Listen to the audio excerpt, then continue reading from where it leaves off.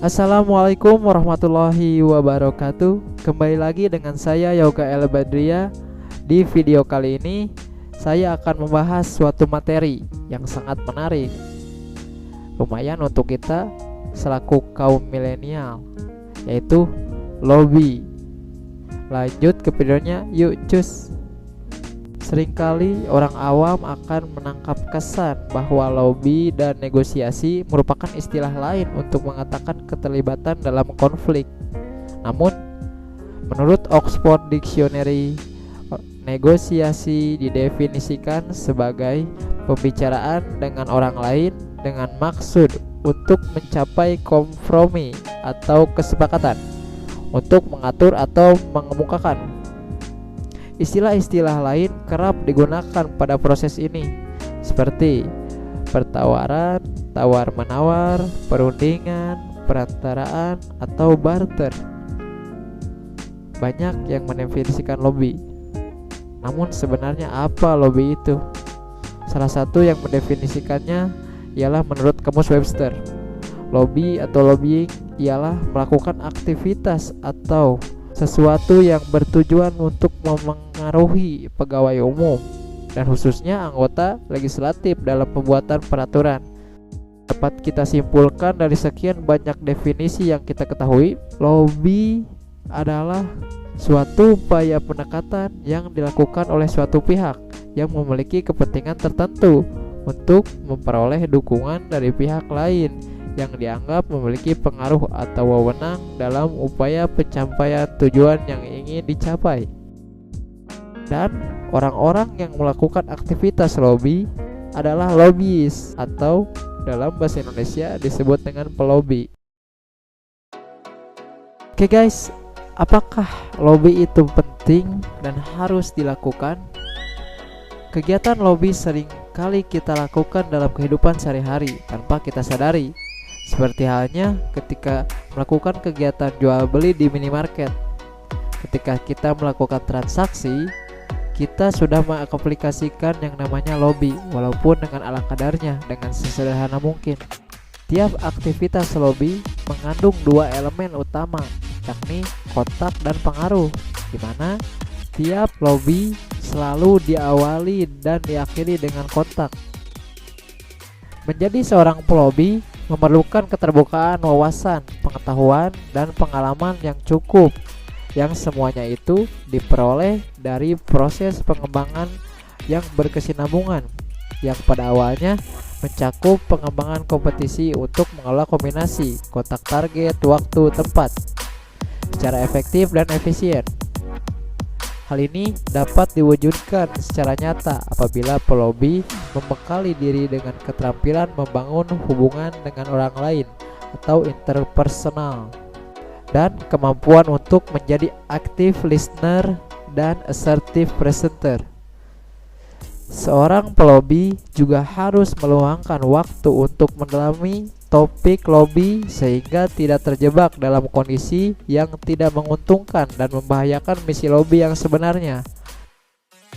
Intuisi, fleksibilitas, dan sensitivitas dalam mengelola situasi juga merupakan elemen pendukung untuk kesuksesan lobby. Sebelum menjawab pertanyaan tadi, kita terlebih dahulu harus mengetahui fungsi dan karakteristik dari lobby itu sendiri. Fungsi dari lobby adalah untuk melindungi berbagai kepentingan kita, perusahaan ataupun individu, membuka komunikasi, memperlancar upaya negosiasi, serta meningkatkan sinergi dengan pihak lain. Pendekatan yang dilakukan dalam upaya lobby juga bermacam-macam. Bisa dengan melakukan pendekatan mengambil keputusan melalui orang-orang dekat atau lingkaran sang pengambil keputusan, melakukan pendekatan ke masyarakat maupun secara organisasional.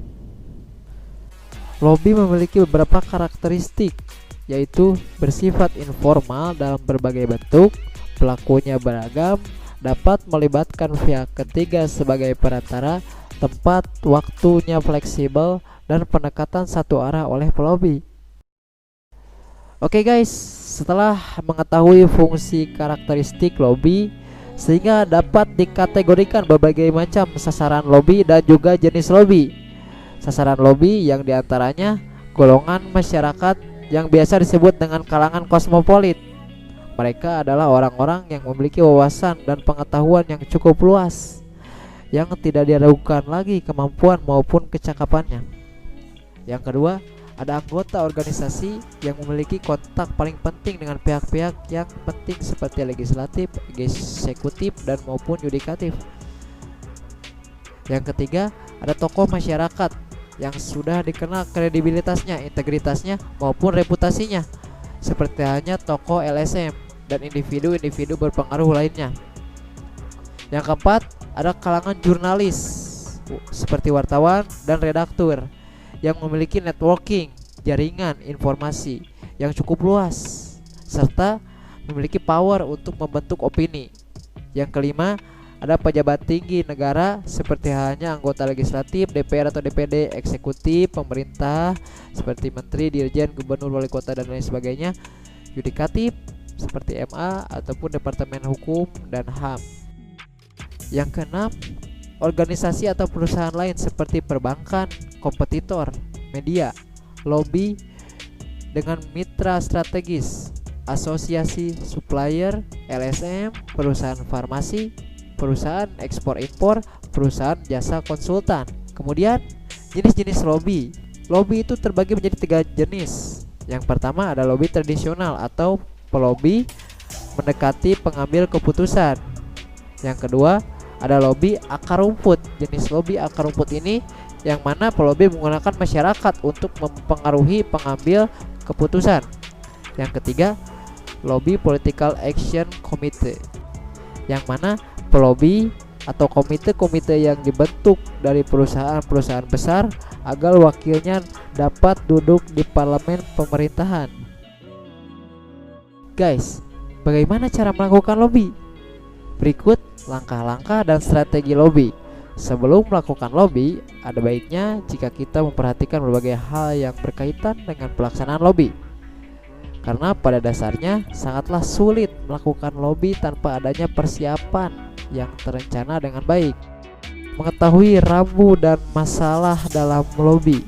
Sebelum melakukan proses lobby, ada baiknya jika kita mengetahui dan memahami beberapa hal penting yang berkaitan dengan rambu-rambu yang dapat kita lakukan atau yang harus kita hindari dalam melaksanakan lobby. Rambu yang pertama dan permasalahannya di sini menyangkut pada komitmen terhadap etika dan beberapa peraturan yang tidak tertulis namun menyoroti kinerja lobby kita. Yang kedua, pelobi dapat menggunakan teknik-teknik komunikasi dan psikologis, misalnya menggunakan pendekatan religi atau keagamaan dan budaya sambil melengkapi dengan data dan informasi yang benar untuk menggulkan lobbynya. Yang ketiga, ada networking yang sangat diperlukan karena selain memberikan keunggulan untuk bersaing, juga kadang dibutuhkan orang yang kita lobby dalam hal networking atau informasi yang kita punya ini. Sebaiknya yang keempat, dibuat dengan perencanaan yang matang, sangat-sangat matang. Dan yang kelima, hindari kegiatan yang dapat melukai hati masyarakat. Masyarakat yang terluka artinya sama dengan menciptakan musuh baru untuk kita maupun untuk organisasi maupun perusahaan.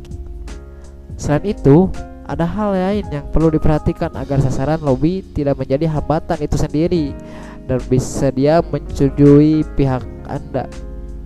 Maka pelobi harus memberikan gambaran manfaat dan keuntungan yang akan diperoleh oleh sang klien, sang sasaran lobby. Kemudian yang kedua, meyakinkan bahwa keputusan yang diambil tidak akan membawa resiko yang mengancam dirinya. Kemudian yang ketiga, memberikan solusi yang akan menjamin keamanan dan keselamatan sasaran lobby beserta keluarganya, karir, dan masa depannya. Kemudian langkah berikutnya, setelah kita mengetahui rambu-rambu atau permasalahan dalam lobby, kita kemudian masuk ke organisasi dan rencana lobby. Pengorganisasian dan perencanaan lobby ini wajib dilakukan seorang pelobi sebelum melaksanakan lobby. Hal ini bertujuan agar proses lobby yang dilakukan dapat memperoleh atau mencapai tujuan dengan yang diharapkan. Kemudian, bagaimana menetapkan strategi lobby yang efektif? Yang pertama, urutan prioritas.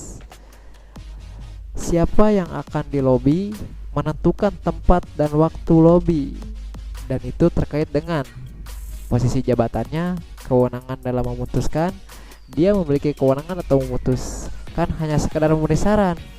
Kalau hanya sekadar memberi saran, sejauh mana pressure yang bisa dihasilkan olehnya? Bagaimana pula hubungan psikologis dan hubungan politisi dengan si pengambil keputusan? Yang kedua, juga terkait dengan situasi psikologis dan sosiografis yang akan dibangun maupun yang harus kita siapkan. Yang ketiga, anggaran tentunya yang harus disediakan. Keempat, waktu dan tempat. Yang kelima, kedalaman pesan, fakta dan data yang harus dan mungkin diberikan saat itu. Tidak semua fakta yang akan diberikan di seberang tempat dan sebagainya. Itu merupakan urutan prioritas agar lobby kita yang kita lakukan itu menjadi efektif. Yang kedua, menyiapkan argumen. Lobby yang berhasil adalah lobby yang didasari dengan pendekatan yang baik. Itu benar. Tetapi lobby yang mampu membantu upaya pencapaian tujuan organisasi atau perusahaan tidaklah sesederhana itu.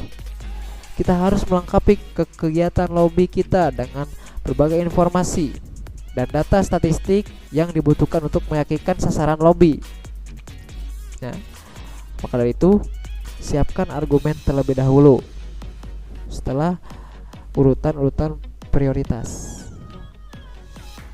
Bahkan sebelum urutan prioritas pun kita harus menyiapkan argumen. Yang ketiga, merumuskan ide dan usulan. Bagaimana Anda membungkus ide dengan komponennya sebagai berikut. Bagaimana agar ide tersebut seolah-olah datang dari mereka. Bagaimana ide Anda mendukung ide-ide sasaran lobby. Bagaimana ide-ide Anda seolah meringankan beban tugas mereka. Bagaimana ide-ide Anda tersebut memberikan manfaat yang besar buat masyarakat. Sehingga inilah yang menjadi pentingnya seseorang melakukan lobby dan juga menjadi jawaban dari pertanyaan apakah lobby itu penting. Meski semua orang berbeda dalam setiap pemahaman, penyampaian, praktik, dan juga hambatan dan tantangan yang menanti, tetapi tetap tidak membatasi kita untuk berusaha lebih baik lagi dalam melakukan sesuatu, seperti melakukan lobby. That's education. See you next time. Wassalamualaikum warahmatullahi wabarakatuh.